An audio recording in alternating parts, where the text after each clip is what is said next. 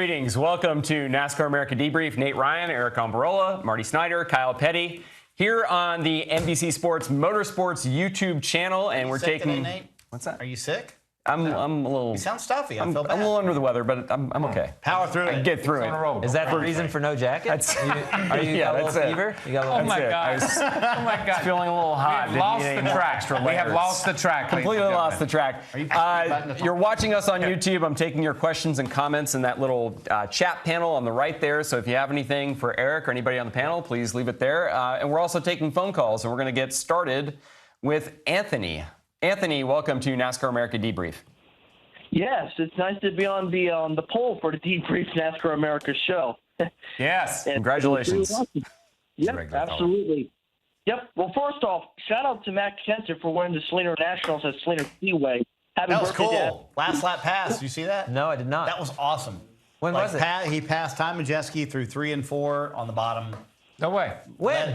Last night. Last night. He led about from turn 4 to the We got start video. finish line. Look at this. Here's There the it last is. lap right here. Anthony, you bring up a great point. Look at this. And Kenseth is in the 8 on the bottom there. And he leads from right there. Oh, wow. Right there. That's all he led. Wow. Of the race. Wow. Isn't that cool? That is cool. That is cool. Anthony, you brought up a great Yeah. topic, my friend. Anthony, you got anything else? Is Anthony gone? Oh, All right, Anthony's Anthony's gone. Let's. Surely He had something else. Sure. I didn't know where to go after Anthony. Slinger. I'm sorry. Surely Anthony. Matt Kenseth hashtagged my track, my roots in victory lane. Yeah. Yeah. Should He have. He actually tweeted today. I do know that. He ran out of characters on his tweet, Oh, but I'm he sure if he did? would have had it, he would have Wow, had that might be the hashtag first for my Matt track, my roots. Wait a minute. Matt Kenseth ran out of things to say? No What way. you saying? Back to the phones. Let's talk to Mike in Indiana. Mike, welcome to NASCAR America Debrief. Hey, how you guys doing today? Good. Great. Good. Just a real quick brief. Hey, Kyle, I just wanted to say hi. I used to work Make-A-Wish up there at Michigan Speedway. I Yes, seen sir. you last year at Martinsville. But anyway, good job. Eric, I just wondered, you're doing a pretty good job here today. Wondered if you would consider Pretty good. Pretty good. doing You got the, any tips or pointers that I could be really It good? might be a future for you. Well, Yeah. see if you may be thinking about being a commentator and take Kyle's job when you retire Yes, from racing. please. Whoa. No. I'm By the joking, way, Kyle. here. It's all good, man. No, I think for me, I'm head down racing, and I think for me, when racing's over, I think I'd have a hard time convincing my wife to still be involved with racing. traveling. So Yeah. I think commentating may be out for me. Never say never. I've learned that. Okay. All right. Well, I agree. Mike's right. You've done a fine thank you, job Doc. here. Thank You you. played yourself quite well. We've got actually a hashtag Let Me Say This tweet left over. I wasn't able to get to. Imelda at Imelda Pedrosa wants to know. Easy for you to say. Exactly. Your Latin tongue coming out. Need to brush up on my Spanish. You got to roll your R's. Has your son Alex shown any interest in becoming a racer? Oh, Yeah. Good question. I think Mama's not going to allow that. Yeah, so Alex is 6, almost 7, and he has shown some interest. We keep diverting it with like, hey, let's go take golf lessons. Hey, do you want to play baseball? Hey, basketball sign-up's coming up. I see Janice giving that about a 0% shot. Yeah, It so happened. mom has squashed the bug for now. Grandparents and uncles and They're all like- whatnot are trying to drive that train, but the closest we've got is Alex owns a helmet. Oh, That's all we've got. Okay. That's good. You got to start somewhere. A people. full face. He's got a bike helmet, of course, but he's got a full face like racing helmet. just wear it around And- the house or what? Well, just in case we go to like the indoor go-kart track or something. Yeah. He bought it for when he gets his Nissan pickup. That's right. That's right. Tradition. It's a tradition. It's Heard a the family story on tradition. NASCAR Yeah, America. I'm sorry. It's awesome. I'm sorry. It's awesome. YouTube question for Kyle Petty. Uh-oh. Cody wants to know, would you ever come back and do a one-off race? You know. Oh, I tried to get you into the races. Hold on. Speed race. Listen, I've hit enough stuff in my lifetime. Why would I come back to hit something else? I mean, honestly, no. What about a vintage race? No. Oh, come on. No. I'm just not. You're done. I'm done. Done. I'm done. Yeah.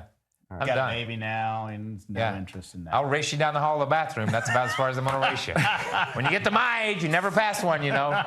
Okay, back to the phones we go to Johnny, who wants to Come on, talk y'all. I don't think Nate big has picture issue. control of the show, actually. Yeah, no, I never do. I never do. I just chime in every once in a while. That's a proper. Johnny, welcome to NASCAR America Debrief. Thank you, sir. The other day, Daytona, when the NASCAR said lightning, they're pulling the cars off the track for lightning. Mm-hmm. It was not a rain delay. I can see them out there throwing football over in the stands on just a rain delay. But it was thunder. I mean, it was lightning in the area. Was that very dangerous of them throwing the football on the track? Wish they would have been better off in the car. Okay. They were throwing it over the stand and bringing the fans back up in the stands to play when the NASCAR pulled everybody off the track for lightning. That is a great point. That's a good question, John. That's a good point. Just so you know, I took cover in my motorhome like I was told to do. So you found your safe area. I did. I took my proper personal safety plan very seriously. You know what I find fascinating? Who's that? Who's that just called? Johnny. Johnny, you know what I find fascinating is that you consider that throwing a football. That's what I find most fascinating about that phone call. I saw him trying to throw a football, but that is a great point. That's a unique That's a great point. When they tell you, and the board said, seek personal cover or whatever. Yeah. So, okay. And you and I talked about it on Splash and Go. This is a fairly standard policy across all outdoor sports. He's not arguing about the policy. I don't think he's arguing about the policy. The fans He's just arguing about the drivers being out and keeping fans out in it, which is a great point. I have talked to some people in NASCAR who said this week that in the future they probably will keep drivers from playing football when there's a lightning hold during the track. But I think drivers will make more fans with one of the things about cannons. One of the things about the policy and the reason that they stop cars is tracks have a real hard time clearing grandstands. Sometimes during inclement weather because the fans are so passionate. So you don't want to do anything, I think, to Chicago did a great job. I am going to give them a tip of the hat clearing the grandstand when their stuff happened. Man, they did a great job clearing. And that came quick. Clearing that grandstand. Yeah, it did. Very quick. And it was ugly. That was a good call, I've man. never That was a seen the good sky call. so green as it is in Chicago. Weird. It looked emerald-like. Yeah. It was very strange. I'm just glad the Peacock tip box is okay. Yeah. The she shed. carry on. She shed, man. All right. Yeah. We're digressing. It's okay. The she shed blew What the away. show's all about. Peacock she shed. Good call, Johnny. Let's go back to the phones and talk to Todd. Todd, welcome to NASCAR America Debrief. We have lost the show. Yes. I don't think we ever had it. Hey, how y'all doing? My question is for Eric. With the rain delay this weekend in Daytona, my question is pretty much twofold. And one is, what is going to be the advantage and the disadvantage of moving the races around next year? Like the championship weekend is going to be held in Phoenix. Obviously, the Daytona race is going to be moved. What are some of the advantages as far as logistics and costs are for the teams as far as that's concerned with the new schedule for next year? I don't think it changes really. I think we still go to Phoenix this year as one of the second to last race. So we'll go from Texas to Phoenix. I think that will stay the same. Now we just won't leave and have to go all the way across the country from Phoenix all the way down to Homestead, Miami. So that'll probably be actually a little easier on the teams. But the swap out will still happen from Texas to Phoenix like it always has in years past. So I don't think that will be much different. But the Pocono doubleheader will certainly be a little bit easier logistically. The Pocono doubleheader will be nice. But to his point of moving around the championship race, I've always been a massive proponent of that. I am too. I mean, I think when you look at our sport in years past, the champion was built on a whole season of being able to be competitive and win races and score the most points week in and week out at all the different tracks.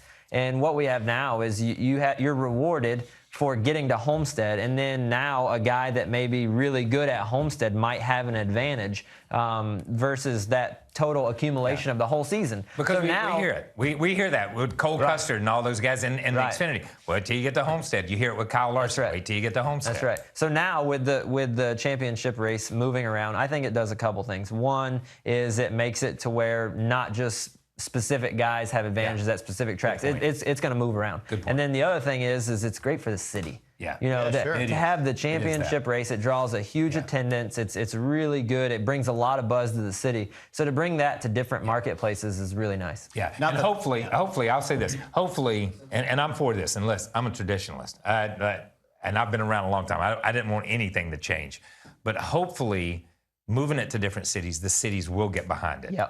Phoenix will get behind it as a city and as a community because that's what it's going to take for our sport to grow bigger is to just keep having events. We need events. That's right. Not just a race. It has to be an event. The championship week is an event. And to me, you have, and Nate's heard me say this a million times, you have 5 really good weather racetracks in November. Yeah. All of them are in big cities. You've got Miami, you've got Dallas-Fort Worth, you've got Phoenix, you've got Fontana, and you've got Las Vegas. Yep. You could hold a championship at any of those racetracks. And I say move it every year. Yeah, agree. and you're You're going to produce a different result all the time, and that's what it needs to happen. I agree. Yeah, So on the 5-year rotation, it also will cycle through enough so that Does it have to be November? Let's not get into that topic. No, it can be October, and that's a different. That's a 2020. Oh, my gosh. Now We'll solve the rest of the schedule problems on the next debrief show. Yeah. We got some questions from the YouTube chat. What are the panel's thoughts on the Keselowski-Byron contract at Daytona? I know we heard Kyle's thoughts on NASCAR America. You have any thoughts on Brad Keselowski versus? I don't. I heard you guys talk about it enough this I past know. week. Are you kidding me? Seriously. Well, that's because we had rain just for kicks, I delays change and my all opinion that. every time I talk about it. Here's what I will say. I think Brad, if you go back and look over the last 10 years, Brad Keselowski has done a really good job of giving people sound bites, and then they take them and run with them for a long time. And when you look at this week, I don't think he meant to wreck William. I really don't. And it just happened. And he used that opportunity to create a sound bite. And everybody took it and run with it and gave y'all something to talk about for 4 days. 4.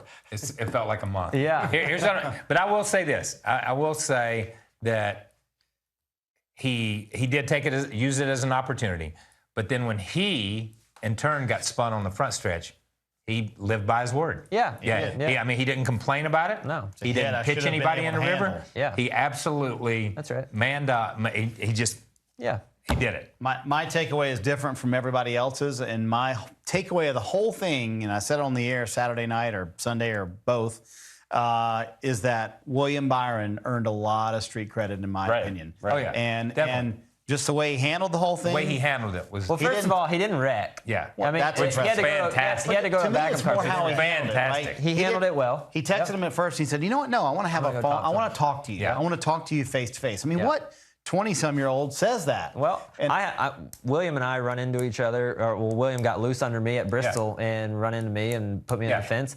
He called me Monday morning. Wanted to talk about it. Wanted to have a conversation. Wanted to know what my thoughts were. What he thought he could have done different. He's 20? 20-year-olds not know you can he's text? 24, I think. No, he's younger than that. Yeah. I think he's 20-year-olds not know you can text and tweet. You don't have to call anybody anymore. Yeah, exactly. Did they forget that? No, What happened? But that's what I'm saying. I like that. I like that at least he calls. I commend him for that. And I love what Chad Canals that. told me before the race, as Nate looks up how old William Byron is.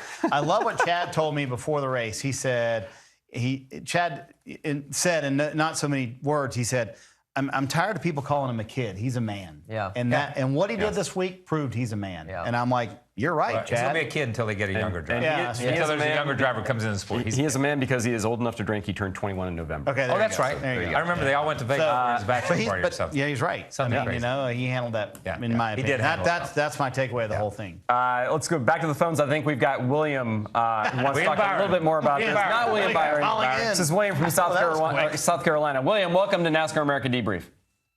Hey, Kyle, let me say this. Let me say this, baby. That's awesome. Karma is a 5-letter word when it comes to Brad Keselowski and William Byron. Uh-oh. A 5-letter word? A 5-letter word? What is it?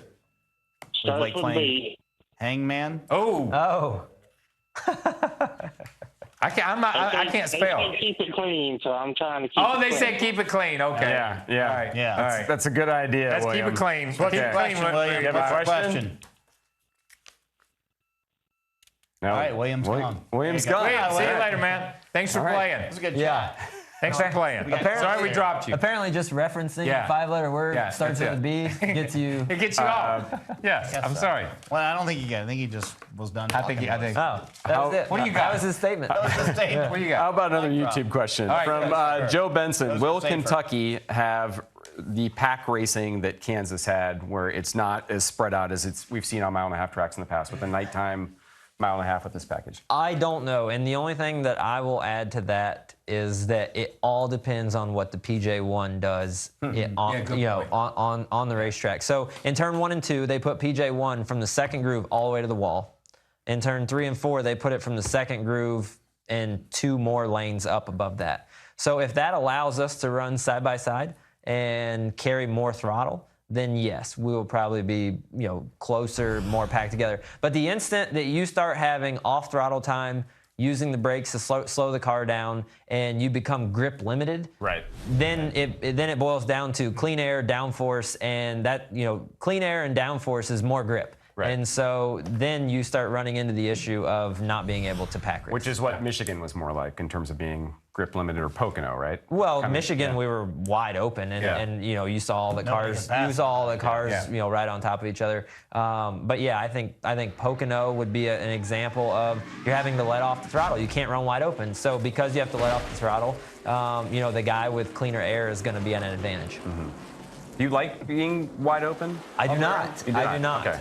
Every time you lift, it gives more opportunity to pass. That's right. Yeah. So if everybody on the interstate runs 70 miles an hour with their car on cruise control, do you have a chance to pass them? No. That's right. It would seem no. So when you lift, right? If you were coming up to an exit ramp that had one of those roundabouts and everybody was still on cruise control at 70, and Kyle hits the brakes before you do to make it to the ramp, you have an opportunity to pass them getting onto the ramp. Yeah. And that's what racing is all about. So I enjoy being able to drive the race car, letting off the gas, using the brake. That's a good However, thing. I will not deny the fact that optically, and for TV and for everything, the fact that we are on top of each other and these restarts are wild and crazy and we're 5 and 6 wide is not great entertainment for viewership. It is. So It is.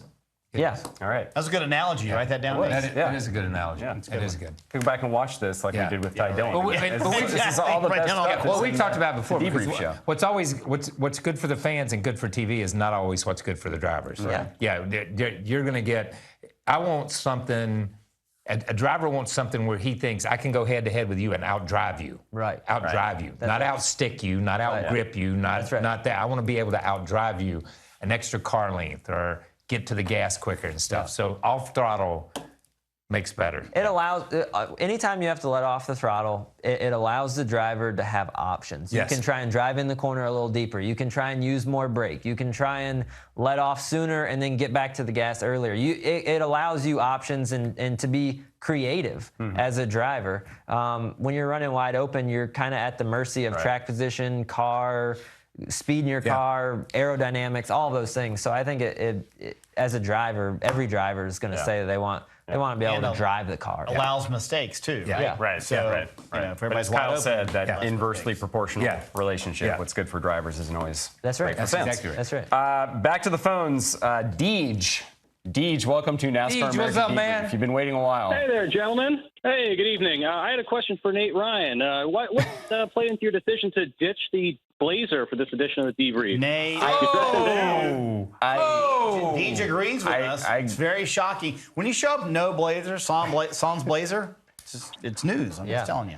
I had no idea it would create such shockwaves. That would be like you showing up and not saying greetings. We all would be very upset. Deej, thanks for being a judge on Project Runway this week. We appreciate it, man. I'll correct this error next time, Deej. I promise. Nate not move on to the next round or what? No, I don't know, man. Obviously We're going to have to wait. Obviously not. Be his spring collection. That was his point. That's it. Immediately. That's it. Thanks, Deej. Wow. That's it. Good call, man. That may be the best call today. we've ever had on after the show. Now I'm frantically scrambling Debrief. for Is that what this another thing's called? YouTube. It's Okay, Debrief, Debrief. man. TJ Ross wants to know, how has your perspective on life changed since the back injury? Take less things for granted, really. I think, and I've talked a lot about this after the accident, but before that accident, I'd kind of gotten in a place to where I was just grinding it out. I was getting on the airplane every Thursday and going to the track, and just it became almost mundane. And I hate to admit that, but it's the truth. It really is. It just become work. Yeah. Like it was work. Like it was what I did. It was work. I went to the racetrack. I raced. I came home and rinse and repeat. And I started just taking it for granted. And so, in an instant, literally in an instant, in the blink of an eye, it was taken away from me. And there's a lifelong saying, you don't really appreciate what you have until it's gone. And that was the case for me. Like in a blink of an eye, racing was taken away from me for a short period of time. And I realized that I was a jerk for taking it for granted, and that, you know, I really loved what I did, and that I was lucky to get to do what I did. And so I just appreciate things more. Don't you find, and you say it was taken away from you for a short period of time. Don't you think that short period of time felt like years? Oh, it was terrible. Yeah, it's the worst thing. How long were you out 6 with your months. leg? 6 months, but it felt like years. When was that? It was 90. When, what month? I mean, but you were out during the season, It right? was the last century. Oh. Yeah.